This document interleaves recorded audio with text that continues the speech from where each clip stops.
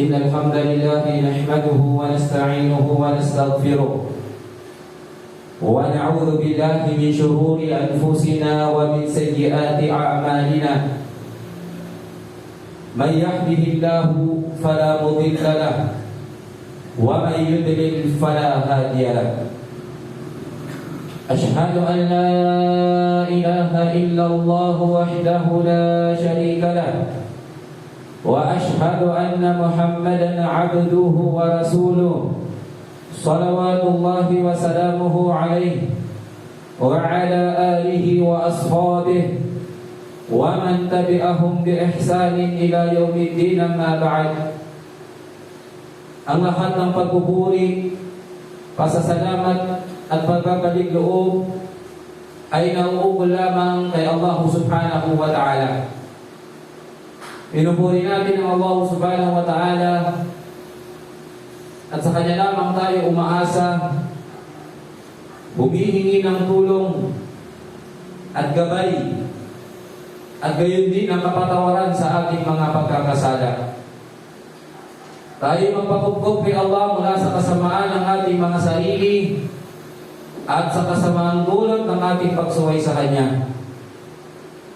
Katotohanan na sino mang patnubayan ni Allah subhanahu wa ta'ala sa matuwid na landas sa pananampalatayang Islam ay walang sino man ang maaaring makapagligaw sa Kanya. At sino mang hayaan ni Allah subhanahu wa ta'ala sa pagkaligaw sa pagkatayo niya ng patnubay ay walang sino man ang maaaring makapaggabay sa Kanya. Tayo ay sumasaksi na walang ibang Diyos na marapat dapat sambahin, liman lamang ang Allah subhanahu wa ta'ala, siya lamang at wala siyang katambal. At tayo rin ay sumasaksi na si Propeta Muhammad sallallahu alaihi wasallam ay alipin at huling sugo ni Allah subhanahu wa ta'ala. Nawa ang pagpapala, kapayapaan at pagpugay ni Allah ay mapasa ating mahal na Propeta Muhammad, sa kanyang mga pamilya, sa kanyang mga sahaba, at sa lahat ng mga Muslim na tumahak sa matuwid na landas hanggang sa huling araw. Mga kapwa-alipin ng Allah subhanahu wa ta'ala, mga kapatid sa pananampalatayang Islam, pinapayuhan ko ang aking sarili at gayon din kayo na matakot kay Allah subhanahu wa ta'ala. Sinabi ni Allah subhanahu wa ta'ala sa maluwalhating Quran, بعد أعوذ بالله من الشيطان الرجيم يا أيها الذين آمنوا اتقوا الله حق تقاته ولا تموتن إلا وأنتم مسلمون. O kayong mga sumasampalataya, o kayong mga Muslim, katakutan ninyo ang Allah subhanahu wa ta'ala ng tunay at tamang pagkatakot at huwag ninyong hayaan na kayo ay bawian ng buhay, liban na kayo ay mga tunay at matatapat na Muslim. Sumusunod, sumusuko at tumatagima sa mga kautusan ng Allah subhanahu wa ta'ala. At sinabi pa ni Allah, Ya ayyuhan nasu ittaqu rabbakum alladhi khalaqakum min nafsin wahida wa khalaqa minha zawjaha wa batha minhuma rijalan kathiran wa nisaa واتقوا الله الذي تساءلون به والأرحام إن الله كان عليكم رقيبا. Usang katauhan, katakutan ninyo ang inyong Panginoon na si Allah, na siyang lumikha sa inyo mula sa unang tao, ang ating ama na si Adam a.s. at mula sa kanyang tadyang ay nilikha ang kanyang asawa, ang ating ina na si Eva a.s. at mula sa kanilang dalawa ay lumabas ang maraming mga kalalakihan at maraming mga kababaihan. Matakot kayo kay Allah na kung saan sa pamamagitan ni Allah ay nanihingi ninyo ng pagdayang inyong mga karapatan. Matakot kayo kay Allah at huwag putulin ang mabuting pakikipag-ugnayan sa inyong mga kamag-anakan. Katotohanan na si Allah subhanahu wa ta'ala ay lagi nang nakamasid at makababatid sa lahat ng inyong mga ginagawa. At sinabi pa ni Allah, Ya ayyuhalladhina amanu ittaqullaha wa qulu qawlan sadida yuslih lakum a'malakum wa yaghfir lakum dhunubakum wa man yuti'illaha wa rasulahu faqad faza fawzan 'azima. O kayong mga mananampalataya, katakutan ninyo ang inyong Panginoon na si Allah. At pangusap lamang ng pawang kabutihan, pawang katotohanan. Kapag ginawa natin itong mga alipin ni Allah, ang sabi ng Allah, yuslih lakum a'malakum wa yaghfir lakum dhunubakum, ay gagabayan kayo ni Allah upang maituwid ninyo ang inyong mga gawain at patatawarin kayo sa inyong mga pagkakasala. At sino man ikasabi ni Allah ang sumunod sa Kanya, sumunod kay Allah, at sa kapamaraanan, sunna ni Propeta Muhammad sallallahu alaihi wasallam, katiyakan na siya ay magkakamit ng dakilang tagumpay, hindi lang sa mundong ito, higit lalo sa kabilang buhay, sa kanyang pagpasok sa paraiso ng Allah subhanahu wa ta'ala. Mga kapapalipin ni Allah, mga kapatid sa pananampalatayang Islam, sinabi ni Propeta Muhammad sallallahu alaihi wasallam, nakabilang sa mga kabutihan at kainamang maitutulot ng ating pag-aayuno sa mabiyayang buwan ng Ramadan na ito, kanyang sinabi, kullu amal ibn Adam yuda'afu hasana ashra amthaliha illa 700 di'af. Sabi ng Rasul sallallahu alaihi wasallam, ang bawat gawain ng anak ni Adan, tayo yun, mga tao, ay pinaparami ang gantimpala nito, ang mga mabuting gawa mula sa 10 hanggang sa 700 bisis. Depende sa kagustuhan ng Allah subhanahu wa ta'ala. Gantimpala na ipagkakaloob ng Allah subhanahu wa ta'ala. Qala Allah azza wa jalla, at sinabi ng Allah subhanahu wa ta'ala, ang pinakamalakas, ang pinakamakapangyarihan, ang pinakadakila, illa sawm, maliban na lamang sa pag-aayuno, fa innahu li wa ana ajzi bih, sapagkat katotohanan, sabi ng Allah subhanahu wa ta'ala, na ang pag-aayuno ay espesyal na para lamang sa akin. Wa ana ajzi bih. At ako, sabi ng Allah subhanahu wa ta'ala, ang Allah subhanahu wa ta'ala mismo ang magbibigay ng kabayaran at gantimpala sa sino mang nag-aayuno. Mga kapatid sa Islam, sinabi ng Rasul sallallahu alaihi wasallam, sinabi ng Allah sa Hadithul Quds, ang lahat daw ng gawain ng anak ni Adan, ginagantimpalaan ng Allah 10 hanggang sa 700 times ang kabutihan at gantimpala nito. Subalit, ang sabi ng Allah subhanahu wa ta'ala, maliban sa pag-aayuno, sapagkat ang sabi mismo ng Allah subhanahu wa ta'ala, ang pag-aayuno na ating sinasagawa ngayong buwan ng Ramadan, ito, sabi ng Allah, ay para sa kanya lamang, para sa akin, sabi ng Allah subhanahu wa ta'ala. At ako ang siyang bahala na magbibigay ng gantimpala nito. Ang sabi ba, yadru syahwatahu wa ta'amahu min ajli. Bakit, mga kapatid sa Islam? Ano ba ang ginagawa natin sa pag-aayuno na ito? Iniiwan, sabi ng Allah subhanahu wa ta'ala, iniiwan niya ang kanyang sariling pagnanasa. Iniiwan niya ang kanyang pagkain, maging ang kanyang inumin. Min ajli. Min ajli, sabi ng Allah, para lamang sa akin. Kaya ganito na special yung pag-aayuno, mga kapatid sa pananampalatayang Islam. Nagagawa natin iwan, pansamantala, ang mga bagay na kung tutuusin sa orihinal na hatol ay halal naman. Tulad ng pagkain at inumin at pagtabi sa asawa. Subalit, sa oras ng pag-aayuno, ay pansamantala natin iniiwan ang mga bagay na ito. Maging ang ating pagkain at inumin na gustong-gusto ng ating katawan, ng ating pagnanasa. Para kanino? Para lamang sa Allah subhanahu wa ta'ala. Ang pag-aayuno na ito ginagawa natin para lamang sa Allah. At ang pag-aayuno ay malayo sa tinatawag na riya o pagpapakitang tao. Sapagkat ang nakababatid lamang kung tunay ng nag-aayuno ang isang Muslim ay walang iba kundi ang Allah subhanahu wa ta'ala. Wal isa'in farhatan, sabi ng kadugtong. At sa nag-aayuno ay mayroong dalawang kaligayahan. Dalawang kaligayahan na walang ibang makakaramdam ng kaligayahan na ito liban lamang sa mga Muslim na nag-aayuno sa buwan ng Ramadan.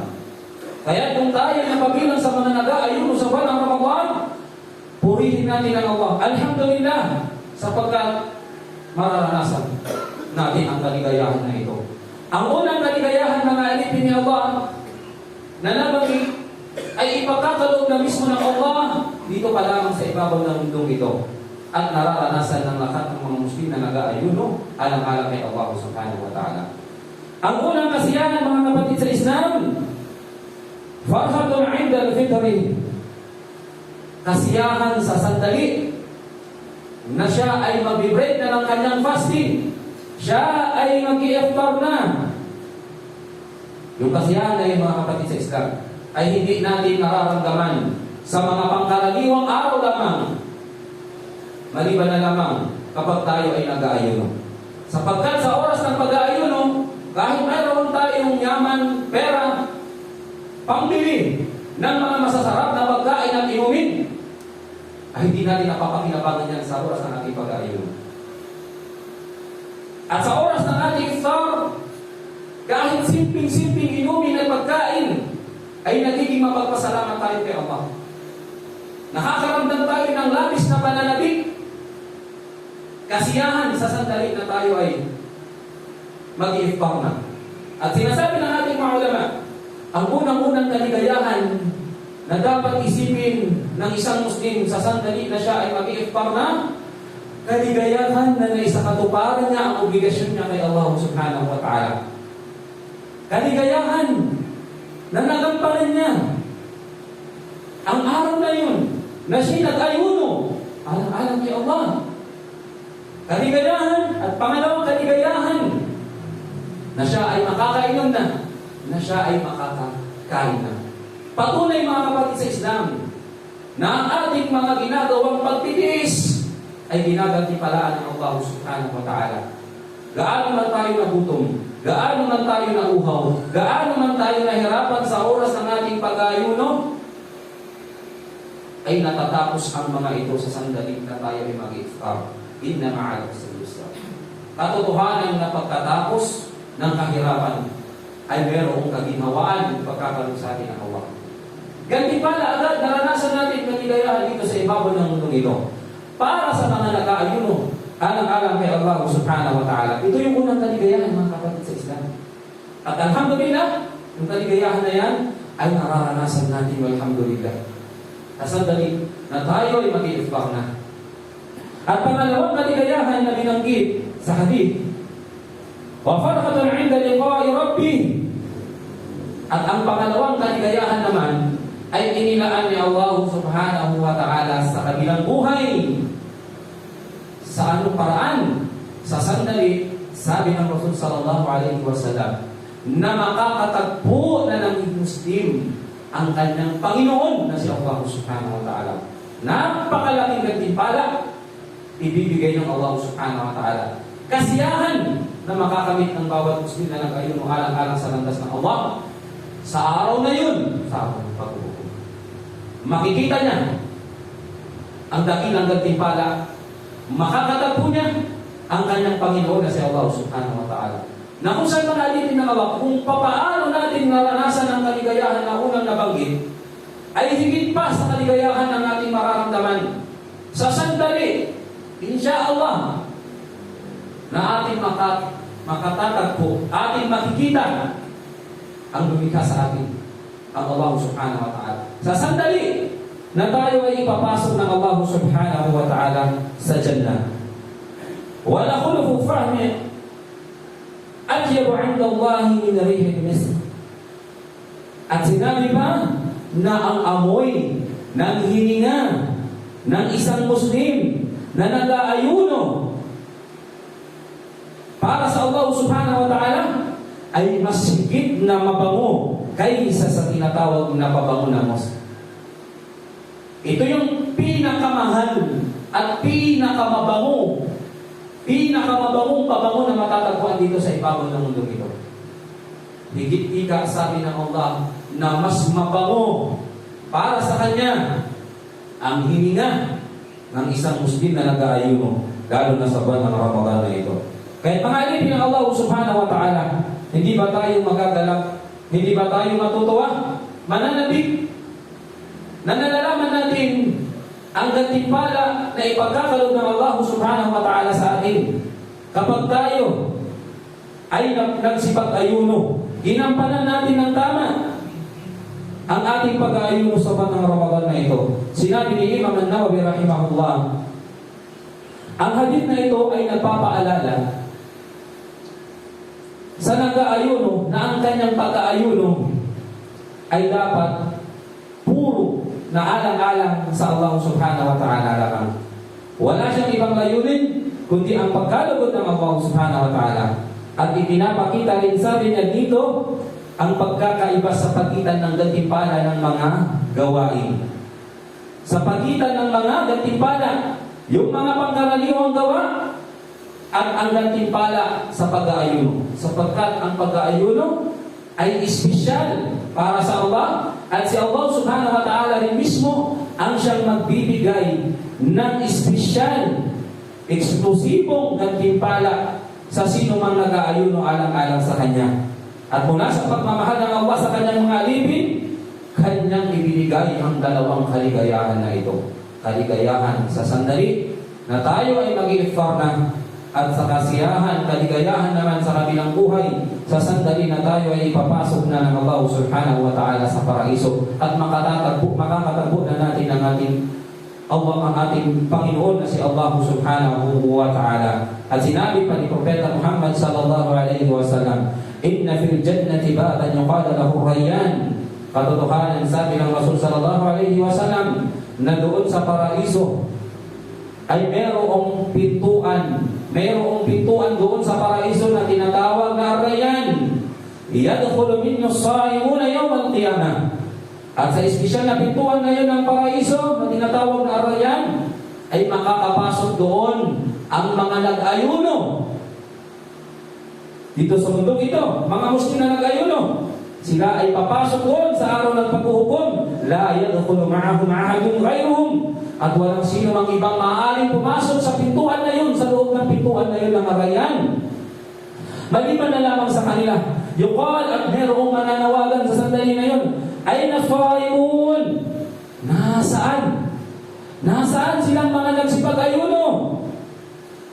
At sila ay magsisipagtayuan. Fayadkhuluna. At sila ay magsisipasok doon. Fa'idha dhakalu ughliq. At kapag sila ay nakapasok na doon sa loob ng pintuan ng paraiso na yun ng Rayyan sa Jannah, ay isasara na yun. Falam yadkhul minhu ahadun. At wala ni isa man ang maaaring pumasok doon. Walang makakapasok doon sa espesyal na pintuan ng paraiso na yun na tinatawag na Rayyan. Maliban na lamang na sila mga Muslim na nag-aayuno alang-alang kay Allah subhanahu wa ta'ala. Nawa ay patuloy tayong gabayan ng Allah subhanahu wa ta'ala. Pagkaluban pa tayo ng lakas ng katawan at ng iman. Ipagkaloob sa atin ng Allah subhanahu wa ta'ala ang gantimpala ng ating pag-aayuno. Higit sa lahat ay bilang tayo ng Allah subhanahu wa ta'ala sa papasok sa tinatawag na pintuan ng Rayyan. Amin ya rabbal alamin. Barakallahu li wa lakum fil Qur'anil Karim. ونفعني وإياكم بما فيه من الآيات والذكر الحكيم. أقول ما تسمعون واستغفروه إنه هو الغفور الرحيم.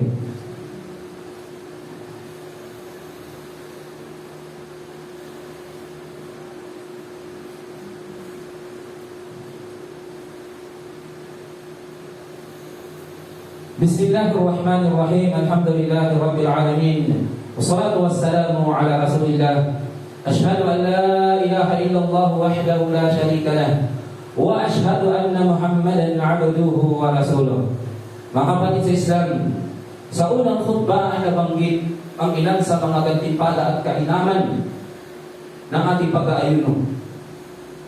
At sa pangalawang khutbah na ito, mga alipin ng Allah, ay nais naman natin banggitin ang sinabi ng Rasul sallallahu alaihi wasallam patungkol naman sa babala sa mga Muslim na obligado sa kanila ang pag-aayuno.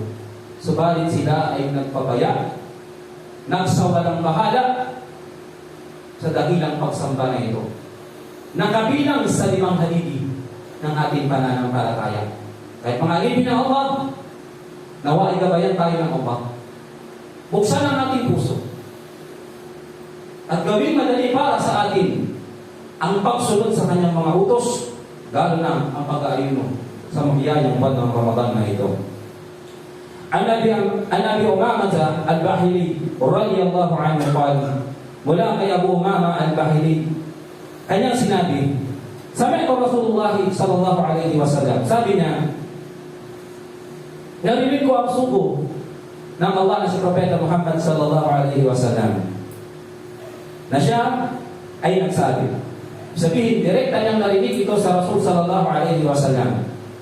Sinabi ng Rasulullah sallallahu alaihi wasallam, baina ana naimun, sabi niya, habang ako ay natutulog, atani rajulan, ay merong dumating sa akin 2 lalaki. Fa'akada bidada'ain, at pagkatapos hinawakan nila ako sa aking braso, sa itaas na bahagi ng aking braso. Nakita ito ng Rasulullah sallallahu alaihi wasallam sa kanyang panaginip. At ang panaginip ng mga anbiya ay kabilang sa mga wahy, revelasyon sa kanila ng Allah subhanahu wa ta'ala. Fa'ataya bi jabalan wa'awan, at dinala ako, sabi ng Rasul sallallahu alaihi wasallam, ng 2 lalaking ito patungo sa matarik na akyatin, patungo sa napakatarik na bundok.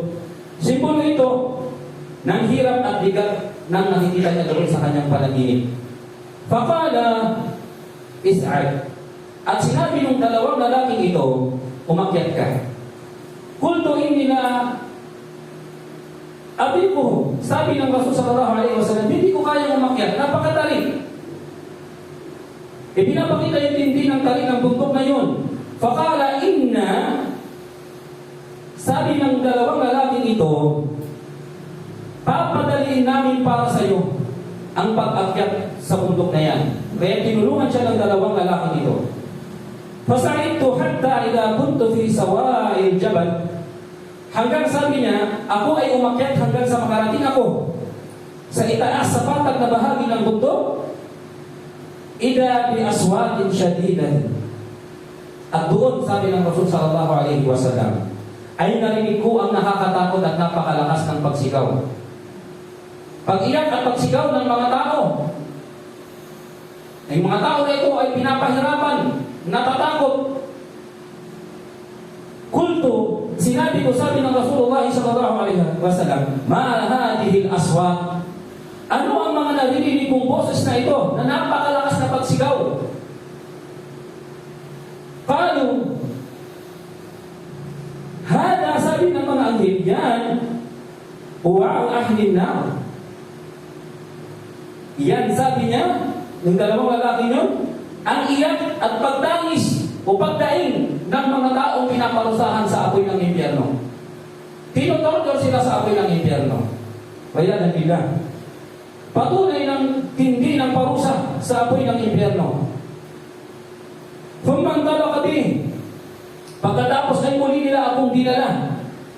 Faida na liqawmin mu'allakina bi'arakihim, at nakita ko, sabi ng Rasul sallallahu alaihi wasallam, ang isang grupo, ang mga grupo doon, isang grupo ng mga tao na nakabitin sa kanilang mga sako, sa kanilang mga bukong-bukong at nakabaliktad, patiwari, nakabaliktad ang pagpilit sa kanila. Tanda ng kahihiyan at patiting parusa sa kanila.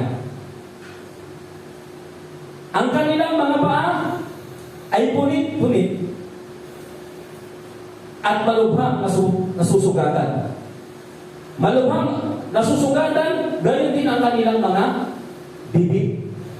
Ang kanilang bibig, sabi, at dumadali ang dugo mula sa kanilang mga panga. Ganon sila pinapahirapan doon. Ipinapakita yung tindi ng kaparusahan na meron doon, na ginagawa sa kanila. Kulto man haula, at sabi ng Rasulullah sallallahu alaihi wasallam, sino yung mga tao na yun? Sino yung mga tao na yun? Na nakabiling patiwari, dunuro ko yung kanilang paanan, maging ang kanilang bibig, pinaparusahan, tinutorture sila doon sa impyerno. Pakinggan natin mga kapatid sa Islam. Pakinggan natin ang matinding babala na binanggit ng Rasulullah sallallahu alaihi wasallam. Kung sino yung mga taong ito. Sa pala, haula'i alladhina yuftiruna qabla tahillati sawmihim. Ang sabi, sila yung mga tao na yan na tinutorture, pinaparusahan sa apoy ng impyerno. Sila yung mga tao. Sila yung mga tao na nagbibrek na ng kanilang pag-aayuno, na hindi pa sumasapit ang tamang oras ng Maghrib. Hindi pa pumapasok ang oras ng iftar, ay pinuputol na nila ang kanilang pag-aayuno. Ang mga taong ito ay nag-ayuno. Ang mga taong ito ay nakaranas ng uhaw at gutom ng sakripisyo. Subalit, hindi nila ginampalan ng tama ang pag-aayuno. Pinuputol nila ang kanilang pag-aayuno kahit hindi pa pumapasok ang oras ng iftar. Sila sabi, yaong mga pinaparusahan doon sa api ng impyerno. Mga kapatid, sinasabi ng ating mga ulama, kung ganito katindi ang parusa, pagpapahirap, torture na ginagawa sa mga taong iyon na nagbe-break ng kanilang fasting na hindi pa sumasapit ang oras ng iftar, kung ganito katindi ang parusang ginagawa sa kanila, paano pa kaya sabi ng ating mga ulama, yaong mga Muslim na alam nila sa kanilang sarili na sila naman ay obligadong mag-ayuno, subalit hindi sila nag-aayuno sa buwan ng Ramadan na ito. Oras ng pag-aayuno, hindi nila nirespeto ang buwan ng Ramadan. Sila ay lantarang kumakain, sila ay lantarang umiinom, sila ay lantarang naninigarilyo. Wayatan nila sa buwan ng Ramadan, sa buwan na kung saan ang pintuan ng impyerno ay nakasara, ang mga syayapin ay nakakadena, ang pintuan ng mga paraiso ay nakabukas. Kung sa kabila ng biyaya na yan ay pinagkaroon ng Allah sa buwan ng Ramadan, ay hindi pa rin magawa ng isang Muslim na baguhin ang kanyang sarili, naiwan ang bagay na haram. Paano pa kaya sa mga pangkaraniwang buwan ng araw pagkatapos ng buwan ng Ramadan? Kaya mga kapatid, kung sino man sa atin dito ang nakikita niya ang kanyang sarili na siya ay nasasadlak sa ganitong kapahamakan, ay hindi dapat magsawalang bahala. Hindi dapat magsawalang bahala sapagkat paano na lang kapatid, nagsasala ka, nagsasadaka ka, gumagawa ka ng ibadah, paano na lang kung hindi ka nag-aayun at obligado naman sa iyo ang pag-aayun sa buwan ng Ramadan? Subalit hindi mo ginagampanan ito, pagkos ang ginagawa mo ay haram. Paano na lang kapatid kapag datang ka ng kamatayan sa kalagayan? Paano maaharap kay Allah? Ano ang isasabihin mo sa Allah subhanahu wa ta'ala? Hindi ka nag-ayuno dahil tinatamad ka? O dahil meron kang iniindang simpleng sakit na hindi mo man lang ikinonsulta sa doktor? Kung makakasama ba ang pag-aayuno sa iyo? Na baka kapag kumonsulta ka, sabihin pa ng doktor na dapat ka mag-ayuno dahil magiging dahilan yan na malunasan ang iyong sakit. Subhanallah. Kaya hindi natin ginagawang dahilan. Yung meron tayong nararamdaman at tayo mismo yung mag-decide sa ating sarili. At sasabihin natin na, meron akong sakit ng tiyan. Hindi ako mag-aayuno ngayon. Mag-fidya na lang ako. Hindi pasok doon, mga kapatid sa Islam. Kung meron kang karamdaman ng nag-aalanan ka, magpakonsulta ka muna sa doktor. At ang doktor ang magsasabi kung ang pag-aayuno ba ay maaari sa iyo. At kung ang pag-aayuno ba ay hindi maaari sa iyo, makakasama sa iyo. Hindi yung tayo lamang ang mag-decide sa ating mga sarili. At magpapasya tayo na karamdam tayo ng simpleng sakit ng ulo, sakit ng tiyan. At pagkaraanon, sasabihin natin, hindi ako magpa-fasting ngayon. Ako ay magpipidya na lamang. Para natin pinaglalaroan ang batas ng Islam. Para natin pinaglalaroan ang kautusan ng Allah subhanahu wa ta'ala. Mga kapatid sa pananampalatayang Islam, gabayan naman tayo ng Allah subhanahu wa ta'ala. At gawing magaan para sa atin ang pag-aayun, ang pagsunod sa kanyang mga kautusan. Sinabi ng Rasulullah sallallahu alaihi wasallam, "Syaqiya 'abdun adraka Ramadan, fansalaka minhu wa lam yughfar lahu." Kasawian sa mga tao, sa isang Muslim. Kasawian sa isang Muslim. Kapahamakan sa isang Muslim. Bakit? Kasawian, sabi, sa sino mang naabutan niya ang buwan ng Ramadan at lumipas ang buwan ng Ramadan na hindi man lang pinatawad ng Allah subhanahu wa ta'ala. Mga alipin ng Allah, mga kapatid sa pananampalatayang Islam, hindi pa huli ang lahat. Ang Allah subhanahu wa ta'ala ay laging nagpapatawad ang pinakamaawain. Kung nagkamali tayo at nagkulang, ay magbalik tayo kay Allah subhanahu wa ta'ala. Humingi tayo ng kapatawaran kay Allah subhanahu wa ta'ala. Habang pinapanatili pa niya Allah ang buhay na meron tayo. Magtawa tayo mga kapatid. Gamitin natin ang kabilang buwan na ito ng Ramadan upang mabago ang ating sarili. Upang mas mapalapit tayo kay Allah. Upang madagdagan ang ating mga mabubuting gawa na ating babaunin sa ating mga libingan. Katotohanan na si Allah subhanahu wa ta'ala, innahu huwa tawwabur rahim. Ang Allah subhanahu wa ta'ala, siya ang lagi nang tumatanggap ng pagbabalindo. Ang Allah subhanahu wa ta'ala ang pinakamapagpatawad. Kaya huwag tayo mawalan ng pag-asa sa habag at kapatawaran ng Allah subhanahu wa ta'ala. Mga kapatid sa pananampalatayang Islam, nawa ay gamitin ng Allah subhanahu wa ta'ala ang munting paalala na ito at magdulot ng kabutihan sa bawat Muslim na nakarinig ng mga paalalang ito. Ipakita nawa sa atin ng Allah ang kabutihan, ang katotohanan at biyayaan tayo ng pagsunod. Ipakita nawa sa atin ni Allah ang kamalian, ang kaligawan at biyayaan tayo ng paglayo rito. Pagkaloob nawa sa atin lahat ng Allah subhanahu wa ta'ala ang lahat ng mga kabuti sa atin dito sa ibabaw ng mundo ito.